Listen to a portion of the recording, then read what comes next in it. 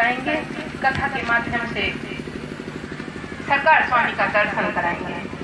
भगवान जो कि हमारे अंदर भी है, आपके अंदर भी है, सबके अंदर है, घट घट वासी है। परमात्मा तो घट घट वासी है, वे कहाँ नहीं है। यही तो भक्त प्रहलाद ने कहा कि वो कहाँ नहीं है, हमारे अंदर, आपके अंदर, हर जीव के अंदर है। जीव चराचर के अंदर वह परमात्मा है। इसी चीज को हम अगर जीवन में पहचान ले तब तो सारा मामला ही सुधर जाएगा। यही तो हम नहीं पहचान पाते, यही तो हमारे अंदर दुविधा भरी हुई है कि हम पहचान नहीं पाते। लेकिन हमारे यहाँ एक बहुत बड़े संत थे, एकनाथ जी महाराज, उत्तर काशी के संत थे।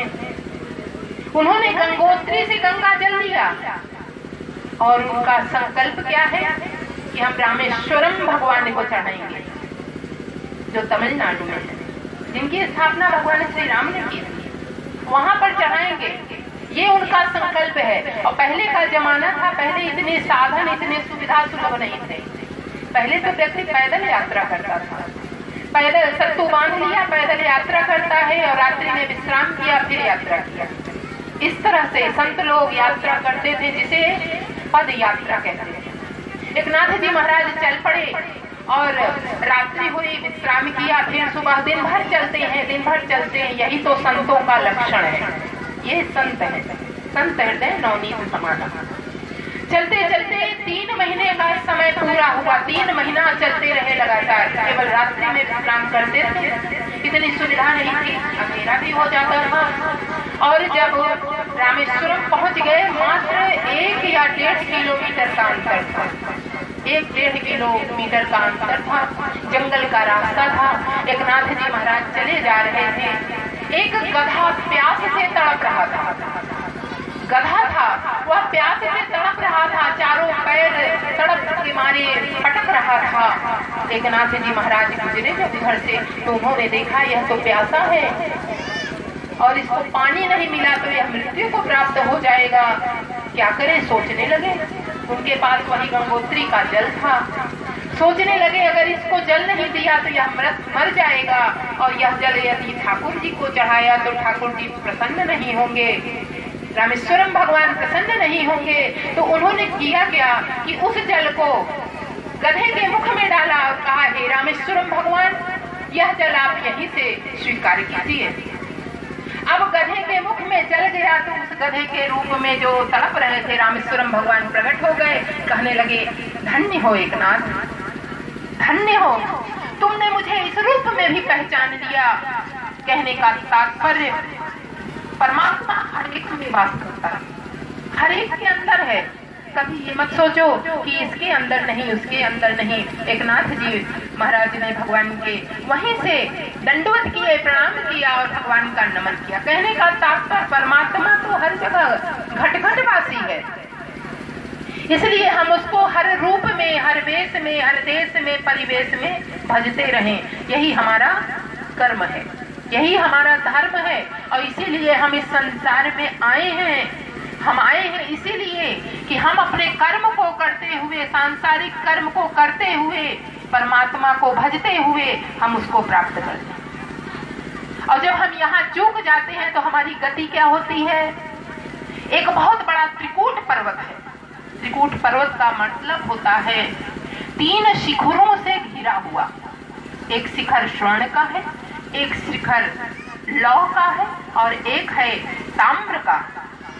3 शिखरों का पर्वत है और उस पर्वत की कंदरा में रहता है एक हाथी जो विशाल है।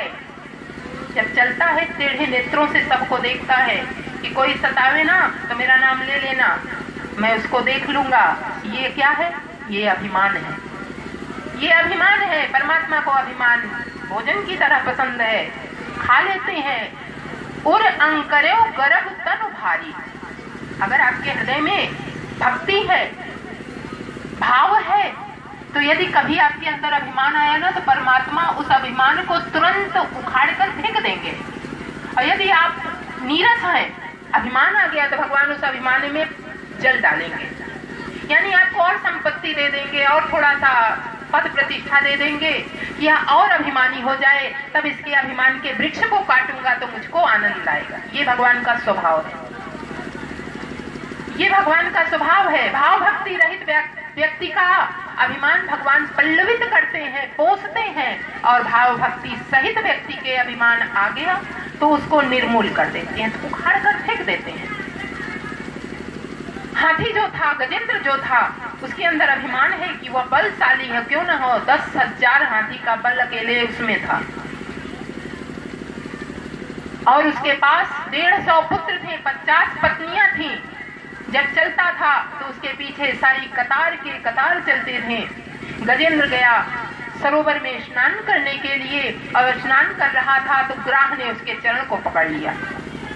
ग्राह ने चरण को पकड़ लिया, और हाथी को जल की लोर अच्छा लगता है, एक दूसरे के ऊपर सूंड से जल उठाकर फेंकना, ये हाथी को आनंद आता है। गजेंद्र ने सोचा कोई होगा, मेरा पैर पकड़ा है, अभी जब समझेगा कि मैं हूँ, गजेंद्र हूँ, तो वह मेरे पैर को छोड़ देगा। उसने ध्यान नहीं दिया। काल जब भी आता है तो हमारे पैर को ही पहले पकड़ता है। इस बात को जीवन में मार्क कीजिए, ये मार्क करने वाली बात है।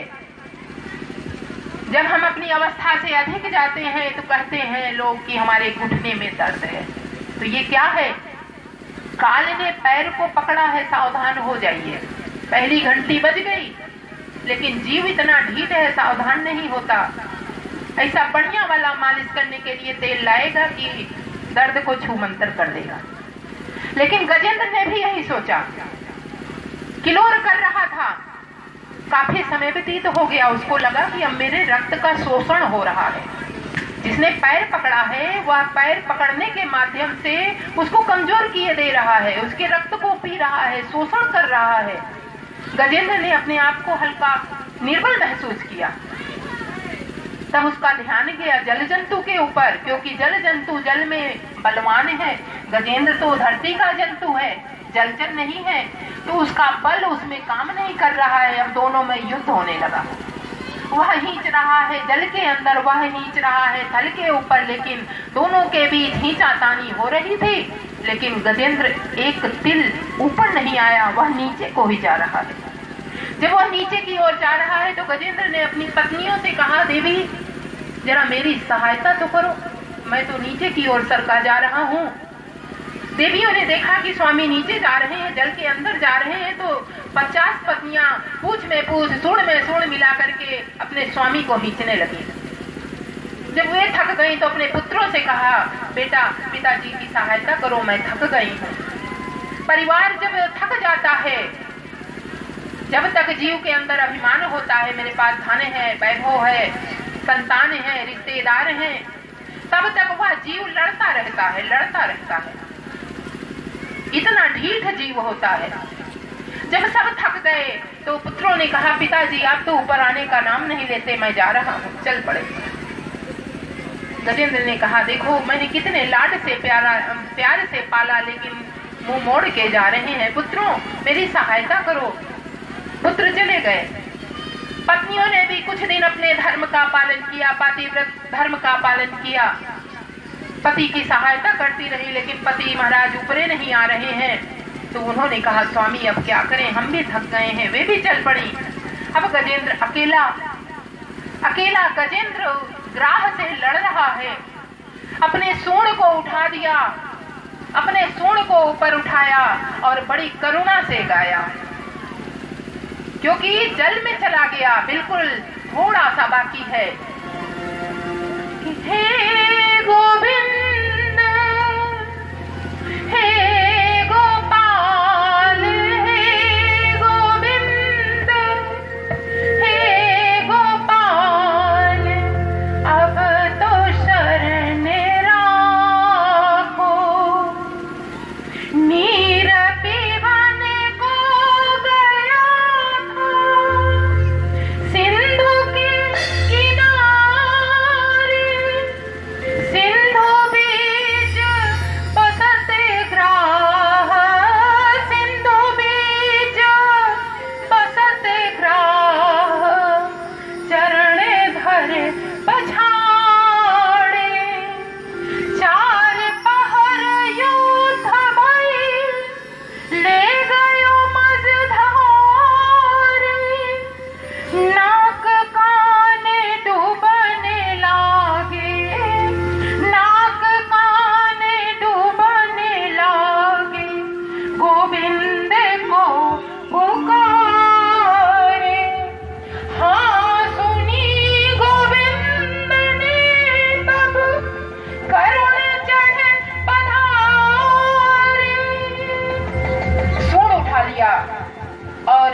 गोविंद को पुकारने लगा। भगवान ने बस हाँ सुनी गोविंद ने, तो गरुड़ को लेकर के चलने के लिए तैयार हुए। तो गरुड़ जी को भी अभिमान हो गया कि मैं त्रिभुवन के त्रिलोकीनाथ को अपने ऊपर लेकर उड़ता हूँ। भगवान ने कहा पहले इन्हीं के अभिमान को शांत कर दें।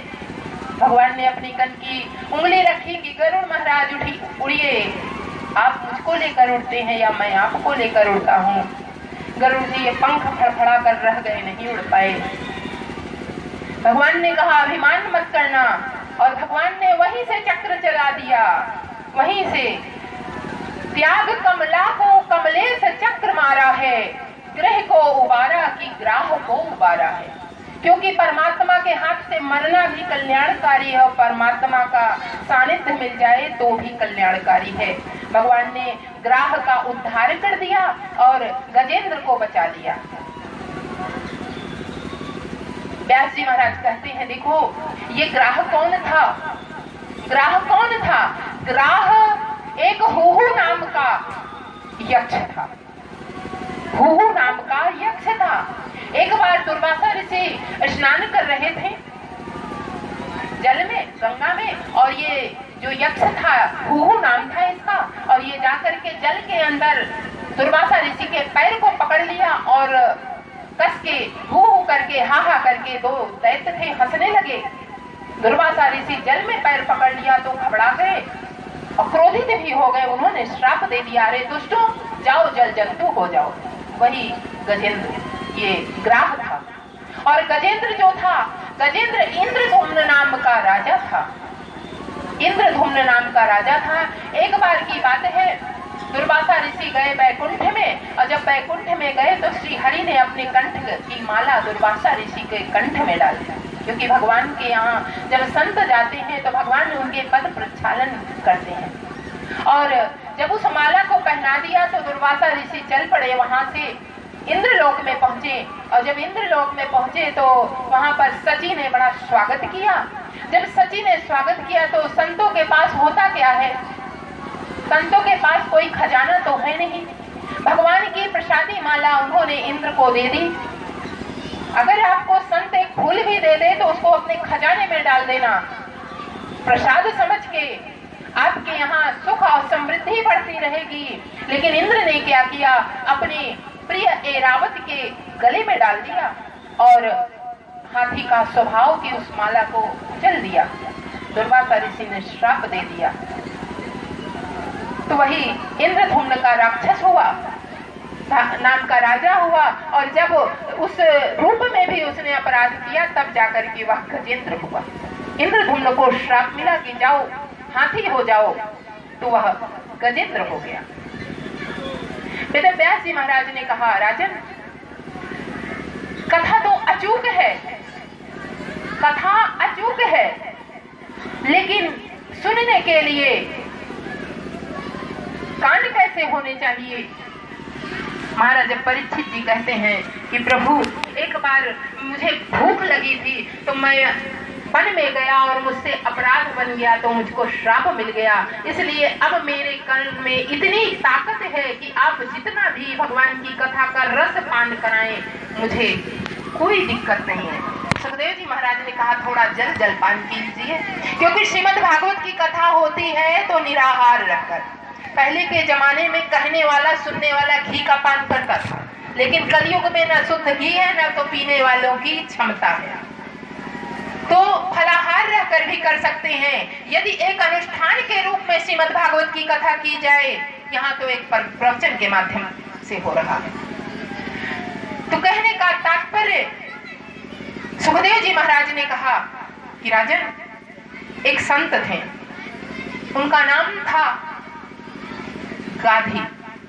गाधी जी की एक पुत्री थी सत्यवती, बड़ी प्रिय पुत्री थी। सत्यवती जब बड़ी हुई तो उसका विवाह किया। उनका विवाह कर दिया ऋषिक मुनि के साथ में।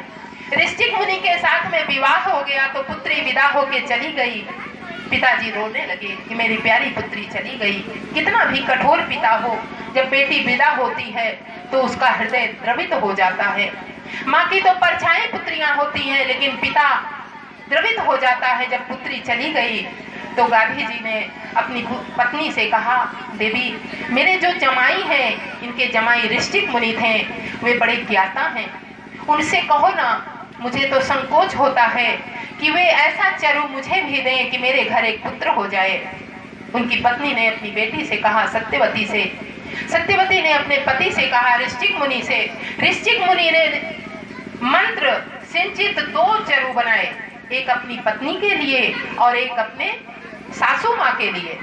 सासू माँ ने सोचा कि मेरे जमाई जो हैं, इन्होंने जो चरु अपनी पत्नी के लिए अभिसिंचित किया है वह विशेष गुण वाला होगा, और उसका उन्होंने पान कर लिया। उसका पान उन्होंने कर लिया, अदला बदली कर ली, जो उनकी पत्नी का था वह स्वयं पान कर लिया। तो इससे क्या हुआ, इनके यहाँ जो पुत्र हुआ वह क्षत्रिय होते हुए ब्राह्मण हुआ, और इनके यहाँ जो पुत्र हुआ वह ब्राह्मण होते हुए क्षत्रिय हुआ। इनके यहाँ पैदा हुए जमदग्नि जी महाराज, और उनके यहाँ पैदा हुए विश्वामित्र जी महाराज। विश्वामित्र जी का स्वभाव ब्राह्मण का है, जप करते हैं, तप करते हैं, तपस्या करते हैं, और जमदग्नि जी के यहाँ परशुराम जी पैदा हुए, जो कि ब्राह्मण होते हुए भी क्षत्रिय हैं। इस तरह से सुखदेव जी महाराज आगे बढ़े, कहने लगे, राजन कृष्ण का चरित्र तो अभी हमने कहा ही नहीं, जिसको कहते हैं श्रीमद् भागवत में कि यह रसगुल्ला है,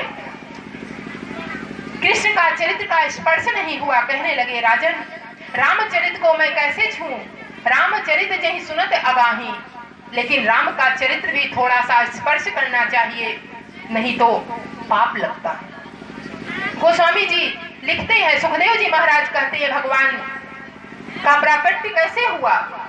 सूर्य वंश की परंपरा रही है कि बिना यज्ञ के किसी के यहाँ पुत्र की प्राप्ति नहीं हुई। चंद्रवंश की परंपरा रही है कि बिना युद्ध के, बिना झगड़े का किसी का विवाह नहीं हुआ, चाहे वह चंद्रमा हो या द्वारिकाधीश हो, बिना झगड़े का किसी का विवाह नहीं हुआ। इन्हीं में एक बड़े प्रतापी राजा थे, महाराज अम्बरीश जी, जो सूर्य वंश के प्रतापी राजा हैं। ये एकादशी का व्रत करते थे। एकादशी का व्रत यह 12 महीने में 2400 एकादशी का व्रत करते थे, और जब पालन करते थे तो संतों को भोजन कराते थे। एकादशी का व्रत किया, लेकिन कोई संत नहीं आया। सौभाग्य से दुर्वासा ऋषि का आगमन हो गया। दुर्वासा ऋषि आए, अहो भाग्य मेरे घर संत पधारे हैं। दुर्वासा ऋषि ने कहा, राजन मैं स्नान करके आता हूँ, मुझे भोजन करा देना। संत ने कहा ठीक है। अम्बरीश जी महाराज ने कहा ठीक है। और इधर संत स्नान करने गए, लेट हो रही थी। आचार्यों ने कहा, राजन आप तुलसी दल जलपान कर लीजिए, नहीं तो आपकी एकादशी निष्फल हो जाएगी। जब एकादशी के दूसरे दिन त्रयोदशी लग जाता है, त्रयोदशी में पालन करने से एकादशी का फल नहीं मिलता, इसलिए द्वादशी में ही एकादशी का पालन करना चाहिए। अम्बरीश जी महाराज ने जैसे ही हाथ में जल लिया, भगवान के चरणों में सुवासित तुलसी दल लिया और पान करना चाहा, दुर्वासा जी आ गए और क्रोध से अपनी जटा को पटक दिया कि राजन तुमने मुझे निमंत्रण दिया और स्वयं जलपान कर लिया। वह कृत्या नाम की राक्षसी प्रकट हो गई, मारने को दौड़ी। अम्बरीश जी महाराज हाथ जोड़कर खड़े हो गए, हे प्रभु मैंने अपराध किया हो तो कृत्या मुझको जलाकर भस्म कर दे, 1 इंच पीछे नहीं हटे। अब वह कृत्या तो जलकर भस्म हो गई, लेकिन सुदर्शन आ गया भगवान का, दुर्वासा जी के पीछे पीछे लग गया। अब दुर्वासा ऋषि त्रिलोक में दौड़ने लगे, कोई उनको सहारा नहीं दिया। वैकुंठ में गए, नारायण के पास, कैलाश पे गए, सारे देवताओं के यहाँ गए, लेकिन कौन राख सके को द्रोही। भगवान के द्रोही को कौन अपने यहाँ ठौर देगा। किसी ने बैठने के लिए भी नहीं कहा। जब श्री हरि के पास में गए तो उन्होंने कहा, मैं क्या कर सकता हूँ, आपने मेरा अपराध तो किया नहीं है, आपने तो मेरे भक्त का अपराध किया है। आप जाइए, यदि मेरा भक्त आपको क्षमा कर देता है तो मेरी ओर से तो क्षमा है। दुर्वासा जी आए और देखा कि आज भी महाराज अम्बरीश हाथ जोड़कर नेत्र बंद करके खड़े हैं। उनके चरण में गिर पड़े कि प्रभु मुझको क्षमा कर दे। दुर्वासा ऋषि उठाकर हृदय से लगा ले। कहने लगे कि क्या बताएं, आचार्यों के कहने पे मैंने तुलसी दल का पान करना चाहा और कृत्या सुदर्शन वापस चला गया। कहने का तात्पर्य कि संत को कभी यह न लगे कि मैं संत हूँ, यह असंत है। दुर्वासा ऋषि को क्षमा कर दिया। इन्हीं में आगे बहुत बड़े बड़े राजा हुए, नभग हुए, नभाग हुए और इन्हीं सूर्य वंश में हुए विवस्वान। विवस्वान है यानी कि वास्तविक सूर्य का नाम ही विवस्वान है। इन्हीं में अज हुए। बहुत से वंशावली का वर्णन आता है। श्रीमद् भागवत की कथा में सूर्य वंश में वंशावली का वर्णन आता है। अज हुए, अज के यहाँ भी यज्ञ हुआ, पुत्रष्टिक यज्ञ। महाराज दशरथ जी के यहाँ यज्ञ हुआ, भगवान श्री राम का प्रादुर्भाव हुआ। पुत्र काम शुभ यज्ञ करावा, सिंगी ऋषि वशिष्ठ बलावा, पुत्र काम शुभ यज्ञ करावा। जब यज्ञ हुआ तो अग्नि देवता 4 हाथों में चरु लेकर के प्रकट हुए और कहने लगे, महाराज दशरथ जी के वशिष्ठ जी ने दिया, कहा जाओ यथा भाग जेहि देव बनाई। महाराज दशरथ जी ने उसी तरह काम किया। अर्ध भाग कौशल्य ही दीना, उभय भाग आधे कर लीना। आधा कौशल्या को दे दिया, आधा माता कैकेयी को दे दिया और जो आधा बचा था सुमित्रा जी रूठ गई तो उसको 2 भाग करके दोनों लोगों को दे दिया कि स्त्री हो मना लेना। इस तरह से भगवान का प्रादुर्भाव हुआ। भगवान आज प्रकट हो गए माता कौशल्या के भवन में कि भय प्रकट कृपाला दीन दयाला